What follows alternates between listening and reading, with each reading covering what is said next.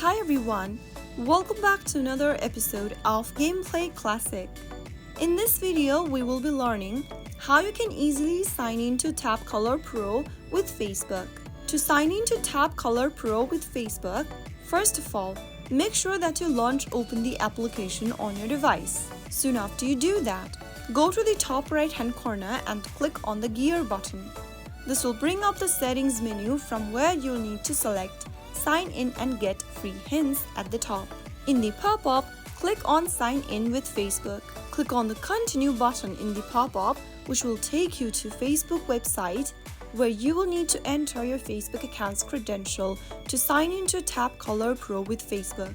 Enter your mobile number or your email address and your password in the text box. Once you are done typing in both your email and password, click on Login and click on Continue button in order to sync in with your Facebook. Once you've done that, you are now signed into TapColor Pro with Facebook. So that's it for today's video. If you found it to be helpful, go ahead and give us a thumbs up.